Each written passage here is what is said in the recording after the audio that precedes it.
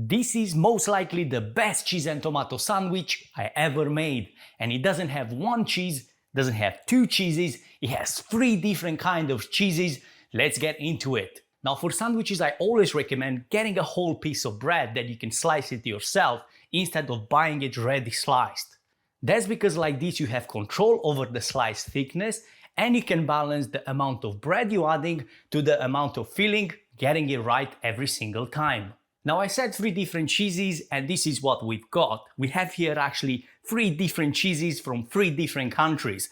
We've got Italian mozzarella cheese, fresh mozzarella, which brings that lightness into the dish, brings that young cheese into our sandwich.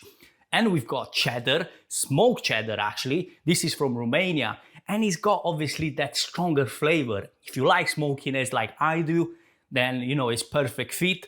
And we have Greek feta.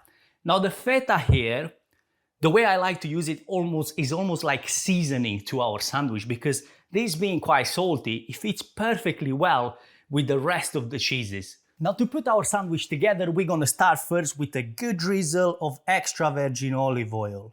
Tomatoes are still in season and are absolutely amazing, so try to get a chunky one so we can slice it. And first we're gonna get a layer of fresh mozzarella cheese, then we'll get in the tomatoes. After that, on top of the tomatoes, we're adding the smoked cheddar, following by feta.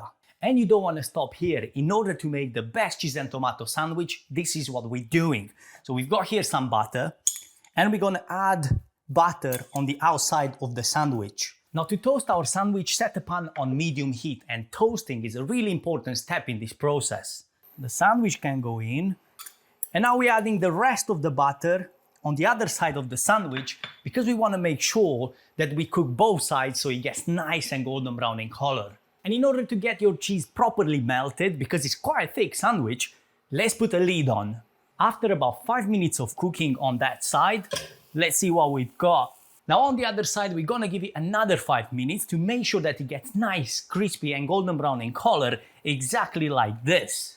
And I'm curious, what would you do differently to make this sandwich better? As a matter of fact, I was gonna add some fresh basil to it, just a few leaves. I completely forgot, but this doesn't mean that it's not a great sandwich. Trust me, it's really tasty. But what would you do differently to make it even better? Leave it in the comments down below and I'll see you in the next one.